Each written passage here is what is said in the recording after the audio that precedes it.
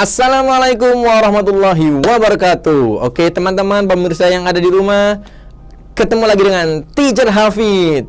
Nah, hari ini Teacher Hafid berkesempatan untuk berkisah dengan kalian semuanya. Tapi sebelum Teacher Hafid berkisah, Teacher Hafid punya pantun buat kalian semuanya. Bulan ini bulan Ramadan, jangan ada gelisah. Para pemirsa yang andalan, yuk kita dengarkan Ramadan berkisah. Nah, hari ini Teacher Hafid punya sebuah kisah yang berjudul Ali bin Abi Thalib dan seorang Yahudi. Seperti pemimpin pada umumnya kala itu, Ali bin Abi Thalib punya kebiasaan yaitu untuk berjalan-jalan ke daerah-daerah yang ada di sekitarnya. Ada kadang-kadang ke pasar, ada kadang-kadang mantuin warga, ada sekedar jalan-jalan saja. Nah, hari ini Ali bin Abi Thalib memasuki pemukiman Yahudi. Ketika Ali sedang berjalan-jalan di sekitar pemukiman Yahudi, Ali melihat ada sesuatu yang aneh, yang janggal dari salah satu rumah di pemukiman tersebut. Apa itu?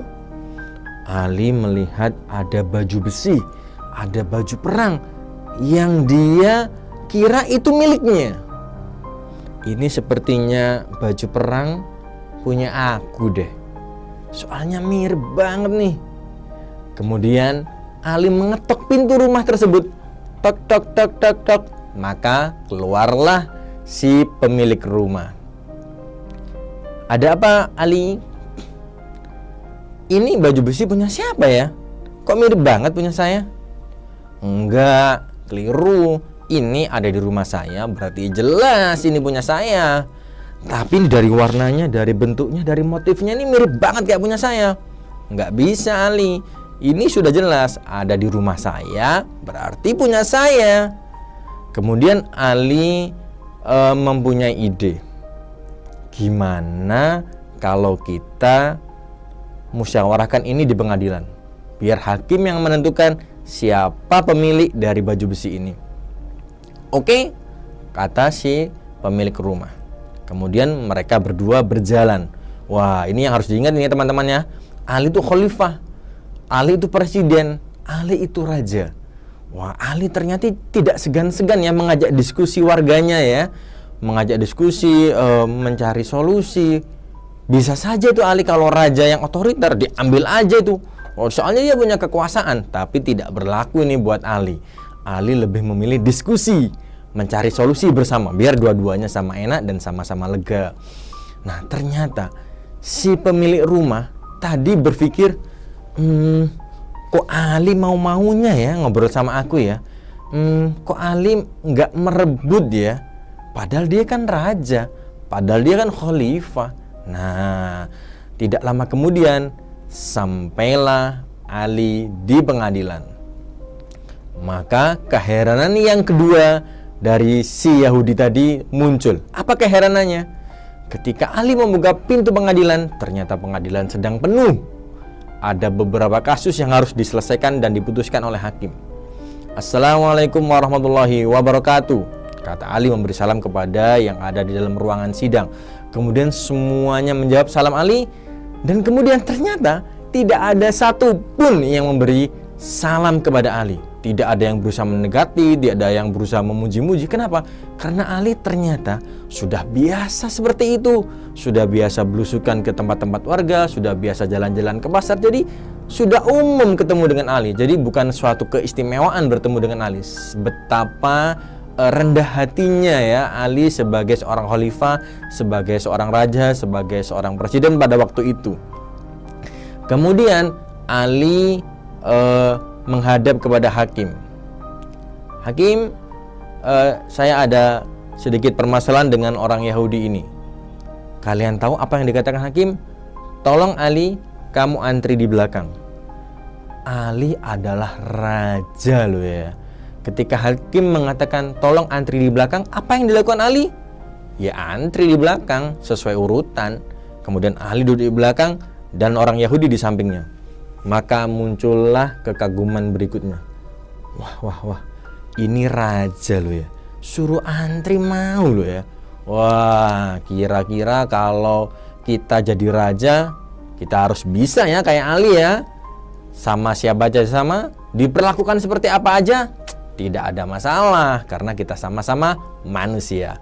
Kemudian sambil menunggu giliran, Ali ya diam saja menunggu antrian. Kemudian tiba gilirannya Ali dan seorang Yahudi tadi. Oke, berikutnya silakan Khalifah Ali dan orang Yahudi maju. Wah, majulah mereka berdua. Tolong ceritakan bagaimana awal mulanya. Kemudian Ali bercerita, begini Hakim, saya tadi jalan-jalan aja sih, seperti biasa. Kemudian saya menjumpai baju besi ini di depan rumah dia ini. Saya yakin ini baju besi punya saya, soalnya mirip banget ini. Ini warnanya kayak gini tuh, bentuknya ini mirip banget punya saya. Kemudian kamu orang Yahudi, apa pembelaanmu? Nggak bisa Hakim, ini jelas ada di rumah saya, berarti punya saya. Baik, Ali, apakah ada saksi yang tahu baju besi ini punya siapa? Jelas hanya Fatimah, Hasan dan Husain. Jelas Ali, kalau anak tidak boleh jadi saksi buat orang tuanya.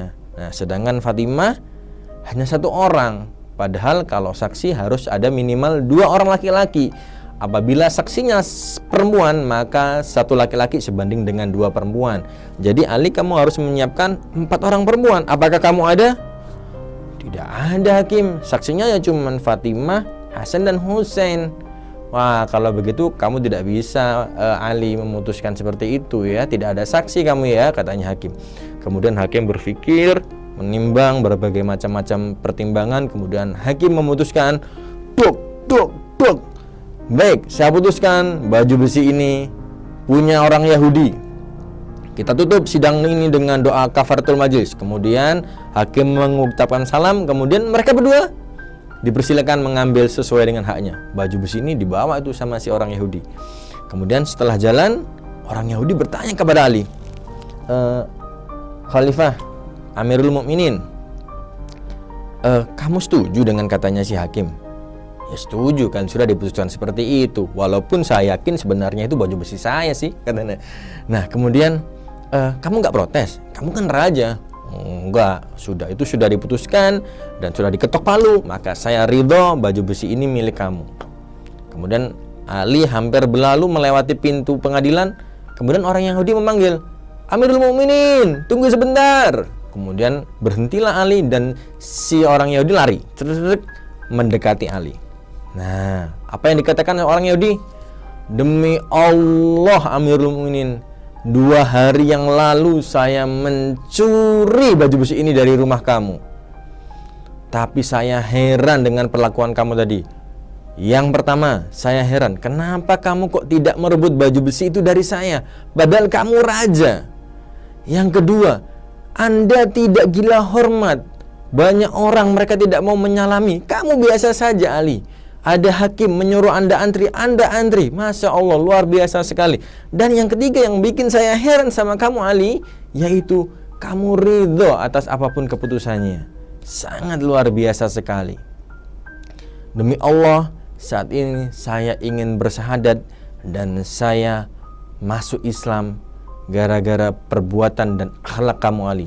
Asyhadu an la ilaha illallah wa asyhadu anna Muhammadar Rasulullah. Begitu kata si Yahudi. Maka sejak saat itu Yahudi menjadi Muslim. Nah, pemirsa dan teman-teman yang ada di rumah, itu tadi tentang akhlak Ali bin Abi Thalib ya. Betapa dia jujur, betapa dia mau mengakui bahwa apapun yang diputuskan adalah kebenaran. Termasuk tadi bagaimana dia rendah hati, tidak gila hormat. Dia mau saja mengambil, bisa saja mengambil, tapi tidak buat Ali. Ali lebih memilih berlapang dada, Ali lebih memilih ridho atas apa yang diputuskan oleh hakim. Nah, anak-anakku semuanya, teman-teman semua, dan pemirsa, kita sebagai muslim harus bisa meneladani apa yang sudah dicontohkan oleh Khalifah keempat umat muslim, Ali bin Abi Thalib. Menjadi orang yang jujur, lapang dada, dan bijaksana. Sekian kisah dari Teacher Hafid untuk hari ini. Semoga bermanfaat untuk Teacher Hafid dan kita semuanya. Assalamualaikum warahmatullahi wabarakatuh.